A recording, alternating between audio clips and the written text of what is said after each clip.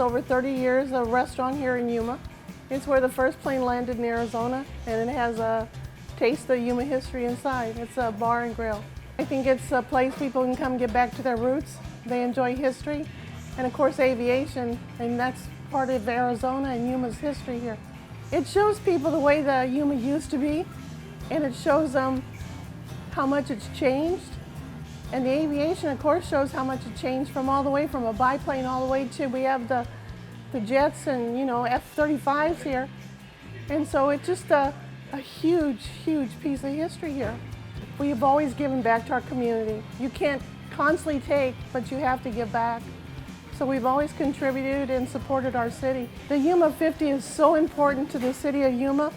It's a good group, and it supports the military to be here in Yuma. This dish made us decide because it's in season. A lot of people do champurrado, buñuelos here in this town, in the southwest region. It's really a traditional mixed culture dish, infused dish that I would like to call it, because you get a little bit of a Sunday taste and a mini churro taste. So we're gonna start right now by grabbing 2 8-inch tortillas, and what you really want to do at the beginning is lightly bathe them in your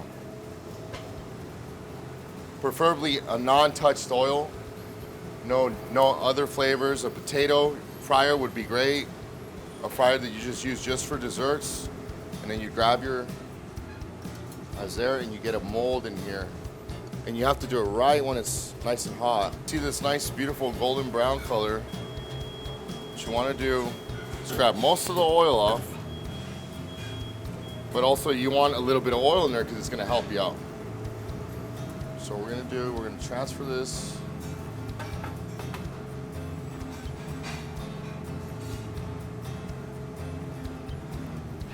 And we lightly pose the bottom in.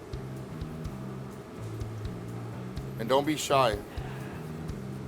Generous amount. This is what gives you the base of your cinnamon churro effect. It's going to be an easy 5 steps after this.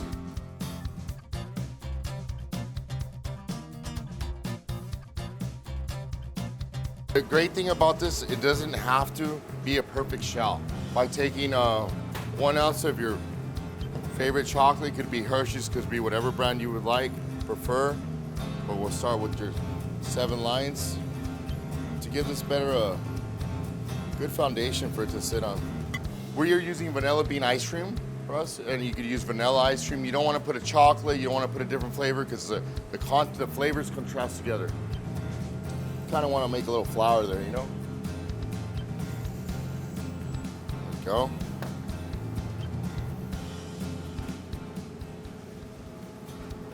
Your choice of strawberries, cherries. We went with the cherry. It goes together. We're gonna top it off, finish it off with your 2 shakes of powdered sugar, just to give it that 2 to 3 shakes, okay? And there you go. That is your dulce buñuelo con leche.